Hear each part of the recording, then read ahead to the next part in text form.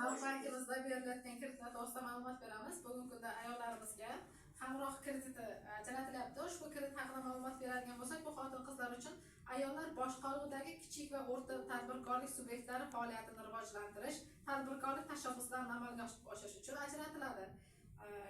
Ushbu kreditimiz 84 oygacha, aylanma mablag'larni to'ldirish uchun esa 24 oygacha muddatga beriladi. Maksimal miqdori kamida 2 ta yangi ish o'rni yaratilgan bitta loyihaga bazaviy hisoblash miqdorini 1000 baravarigacha, kamida 5 ta yangi ish o'rni yaratilgan holatda bitta loyihaga bazaviy hisoblash miqdorining 4000 baravarigacha ajratiladi. Imtiyozli davri 24 oygacha bo'ladi. Aylanma mablag'larni to'ldirish uchun 6 oygacha amal qiladi. Kredit foizi asosiy vosita sotib olish uchun yillik 20% tashkil etib, aylanma mablag'larni to'ldirish uchun 21% dan ajratiladi. Kredit ta'minoti ko'char va ko'chmas mulklar uchun shaxs kafilliklari va boshqa qonun hujjatlarida taqiqlanmagan garov turlari kiradi.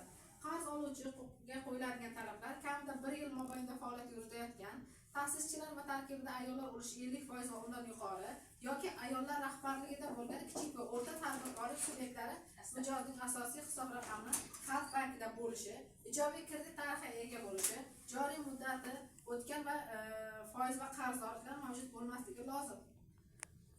Kredit to'lov usullari annuitet yoki deklaratsiya usulida bo'ladi. Bunda ta'sis hujjatlariga topshirayotganimizda ta'sis hujjatlari, guvohnoma, ustav rahbar va ta'sischilar pasport nusxalari, yuridik shaxs maqomiga ega bo'lmagan tadbirkorlik subyektlari guvohnoma va pasport ID karta nusxalari taqdim etiladi.